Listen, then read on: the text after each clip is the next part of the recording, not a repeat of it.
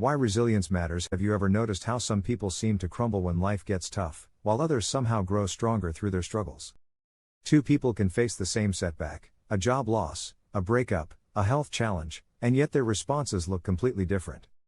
One becomes stuck, bitter, or hopeless. The other adapts, learns, and finds a way to move forward. That difference is not luck. It's resilience. What is resilience? Resilience is not about avoiding hardship. It's not about pretending everything is fine. It's about your ability to bend without breaking. It's about recovering after life knocks you down, and sometimes, even rising stronger than before. Resilience is like a muscle. Everyone has it, but not everyone has trained it. The more you practice, the stronger it becomes. Why does this matter? Because setbacks are not an if in life, they're a when. Nobody escapes them. We all lose opportunities. We all face rejection. We all experience pain, disappointment, and unexpected change. So the question isn't, how do I avoid setbacks? The real question is, how do I respond when setbacks happen? This video will explore why resilience is so critical in today's world. The psychology behind bouncing back. Real stories of people who turn their setbacks into strength. Practical techniques you can use to build resilience in your own life. Because here's the truth, you cannot control what happens to you, but you can control how you rise afterward. And resilience is the key that unlocks that power. Why we struggle with setbacks. Let's be honest, setbacks hurt. A failed relationship can feel like rejection of our worth. A lost job can feel like proof we're not capable. A health struggle can make us feel powerless. And often, our first reaction is to resist the pain. This shouldn't be happening. But resistance only adds suffering. The setback is real, the extra suffering comes from how we interpret it. Some people interpret setbacks as permanent, personal, and pervasive. Permanent, this will never get better. Personal, it's my fault. I'm broken. Pervasive, because I failed here, I'll fail everywhere. That mindset drains resilience. But resilient people think differently. They see setbacks as temporary, specific, and external. Temporary, this is tough, but it will pass. Specific, I failed at this one thing, not at life as a whole. External, some factors were out of my control, I can learn and adapt. This shift in interpretation makes all the difference. The paradox of resilience. Here's the paradox, we often think resilience is something you either have or don't have. But in reality, it's built through setbacks themselves. Think of a tree in the wind. If it never faced storms, its roots would stay shallow. But because it endures the wind, its roots grow deeper, making it more unshakable over time. Resilience works the same way. The very setbacks you wish you could avoid are the ones that can give you strength, if you choose to engage with them differently. So if you've ever felt like setbacks define you, this video is for you. Because resilience isn't about being untouched by challenges. It's about being transformed by them. The psychology of resilience. Psychologists have studied resilience for decades, and one thing is clear, resilience is not a superpower reserved for a few extraordinary people. It's a set of skills, habits, and mindsets that anyone can learn. 1. Cognitive reframing. How you explain setbacks to yourself shapes how you respond. If you interpret a rejection as proof you're worthless, you'll spiral. If you see it as redirection, you'll keep moving. Resilient people reframe failures. They don't ask, why me? They ask, what can I learn? 2. Emotional regulation. Resilience is not about suppressing emotions. It's about managing them.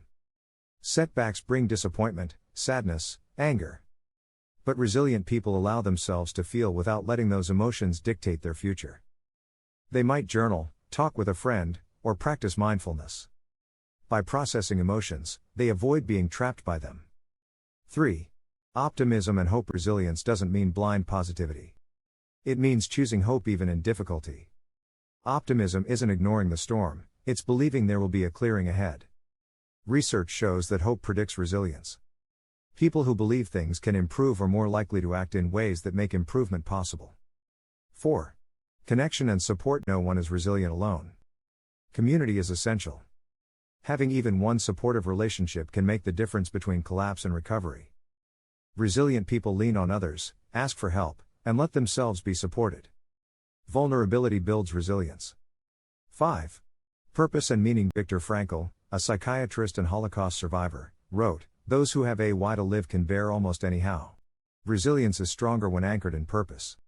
When setbacks strike, people who know their why can endure the how. Stories of resilience. Nelson Mandela spent 27 years in prison. Instead of becoming bitter, he emerged with a vision for reconciliation that changed a nation. Bethany Hamilton, a surfer who lost her arm in a shark attack, not only returned to surfing but became a symbol of courage worldwide. Malala Yousafzai, shot for going to school, turned her setback into global advocacy for girls' education. These are dramatic examples, but resilience isn't only for history books. It's for you. It's for everyday people facing everyday struggles, and choosing to rise. The growth zone. Imagine 3 circles: the comfort zone, where nothing changes; the fear zone, where challenges feel overwhelming; the growth zone, where resilience develops. Every time you step from comfort into fear, and keep going, you grow. That's resilience in action. The cycle of resilience: setback, emotional response, reframing, action, growth. Each cycle makes you stronger for the next challenge. The key isn't avoiding the cycle, but moving through it intentionally. Lessons from setbacks. To understand resilience, let's explore stories, because stories capture what theory cannot. Story 1: The entrepreneur who failed forward. James started a tech company with high hopes. Within 2 years, it collapsed. He lost money, credibility, and confidence. For months, he avoided new projects. Then one day, he reframed it. That business wasn't a failure, it was tuition. He listed what he learned: market research, leadership, finances. With that knowledge, he started a second company. This one thrived. His lesson: resilience isn't about never falling. It's about refusing to waste the fall. Story 2: The athlete who rose after defeat. Serena Williams, one of the greatest athletes of all time, has said, "I've grown most not from victories, but from setbacks." Injuries, defeats, criticism, each one became fuel for greater discipline. Her story teaches us, setbacks don't diminish greatness. They refine it. Story 3: The everyday hero. Maria, a single mother, lost her job unexpectedly. At first, she felt destroyed. Bills piled up. Anxiety soared. But instead of giving in, she took small steps, applying daily, asking for help, taking side gigs. Within months, she found stable work and even launched a side business. Her resilience wasn't about sudden success. It was about steady persistence in the face of fear. Lessons from these stories: resilience is built, not born. Nobody starts unbreakable. Strength is forged in the fire of setbacks. Failure contains feedback. What looks like loss often hides lessons. Small steps matter. Resilience isn't always about grand comebacks. Sometimes it's about daily courage. Your story can inspire others. By rising, you show others it's possible. The science of post-traumatic growth. Psychologists have discovered something remarkable. Sometimes, after trauma, people don't just recover, they grow beyond their previous baseline. This is called post-traumatic growth. Growth can appear as greater appreciation for life, stronger relationships, new possibilities, personal strength, spiritual or existential development. This doesn't mean suffering is good.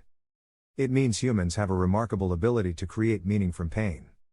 Resilience isn't just bouncing back, it's bouncing forward. Reframing setbacks as chapters. Think of your life as a book. A setback is not the whole story, it's a chapter. And often, it's the chapter that makes the later triumph meaningful.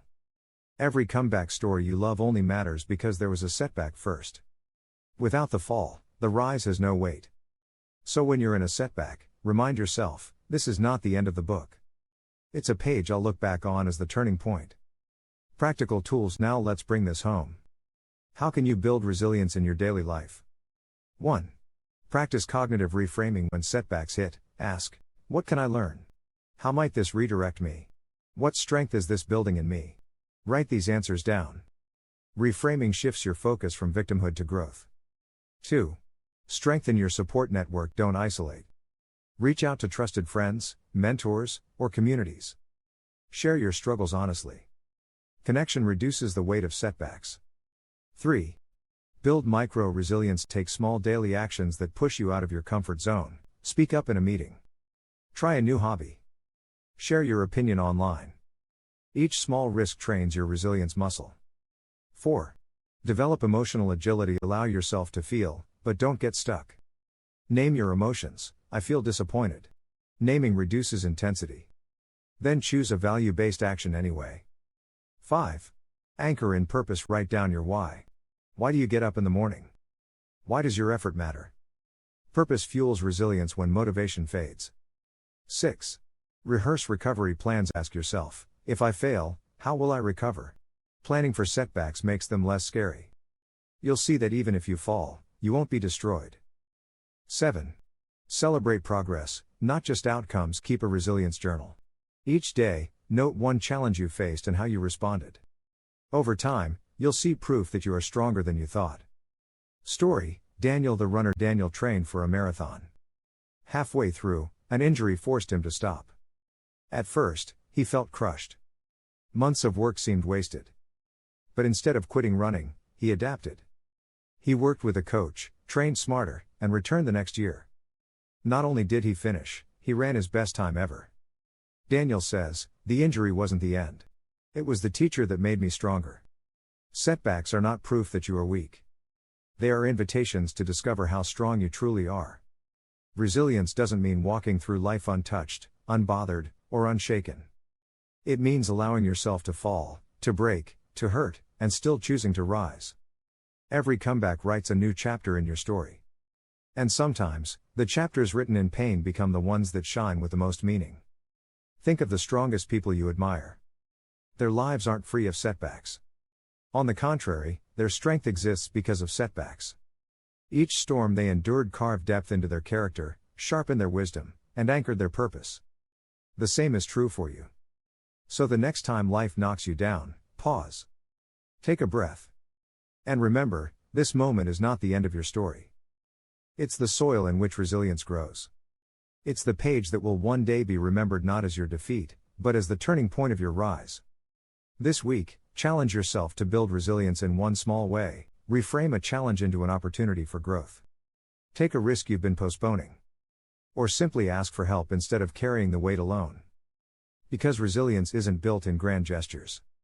It's built in small, daily acts of courage, the decision to try again, to trust again, to hope again.